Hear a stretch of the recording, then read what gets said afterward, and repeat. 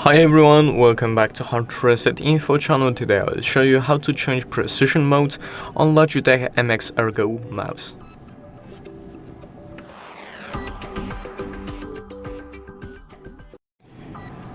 So as you guys see, I'm already on the Logitech Options app and there's the precision mode.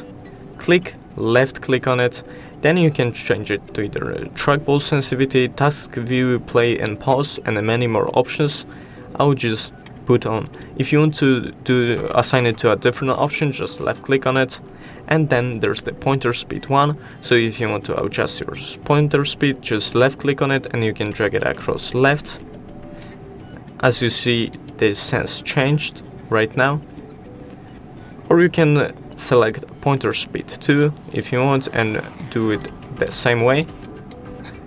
Just left click on it and drag it across left or right.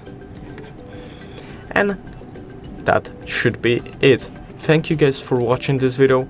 I hope you guys enjoyed. Leave a like and subscribe, and see you guys in the next one.